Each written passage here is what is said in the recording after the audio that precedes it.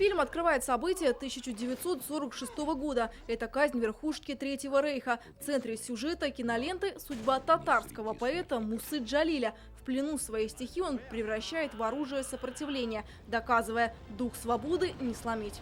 Bist du Dichter?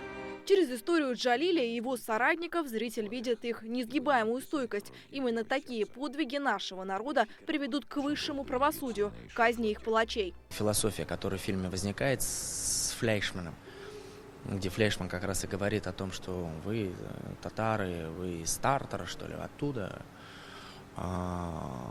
Он же говорит обратный месседж, что нет, мы далеко не оттуда. Наши корни намного глубокие, далеки. Роль Мусы Джалиля исполнил Зульфат Закиров. Изначально его пригласили на роль Гайнана Курмашева, но режиссер разглядел в нем поэта-героя. По случайности с ним они родились в один день. Это придавало силы на площадке, говорит актер. Съемки проходили в июне 2023 года в Белоруссии. Ради роли артист даже заговорил на немецком. Вспоминает, что на съемочной площадке было много мистики. Когда я договариваю свой последний текст и иду на смерть, я жду команды «Стоп», а этой команды нет. Я слышу, как по рации режиссер, монтажер, вся команда между собой общается с помощником режиссера и говорит, именно в это время Мусу Джалиля казнили. Режиссер Радик Кудаяров в интервью программе «7 дней плюс» подробно рассказал о фильме. Он стремился максимально правдиво передать историю поэта-героя. Магия кино, потому что, знаете, я их собрал, я им рассказал, оператор-постановщик, значит, мы с ним все обсудили, осветители поработали. Я пошел на плейбэк посмотреть. Я сижу, смотрю, и возле меня там собрались мои там соратники, с кем мы это все делали.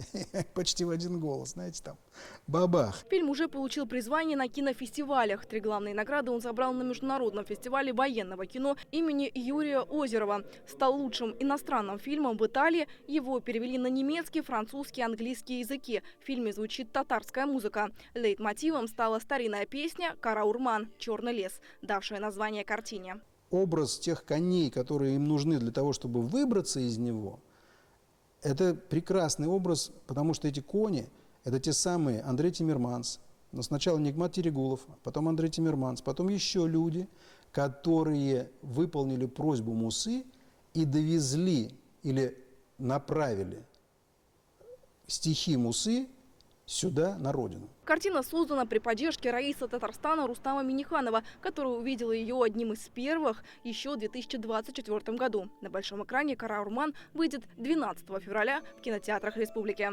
Анастасия Клишева, Алмаз Единов, ТНВ, Казань.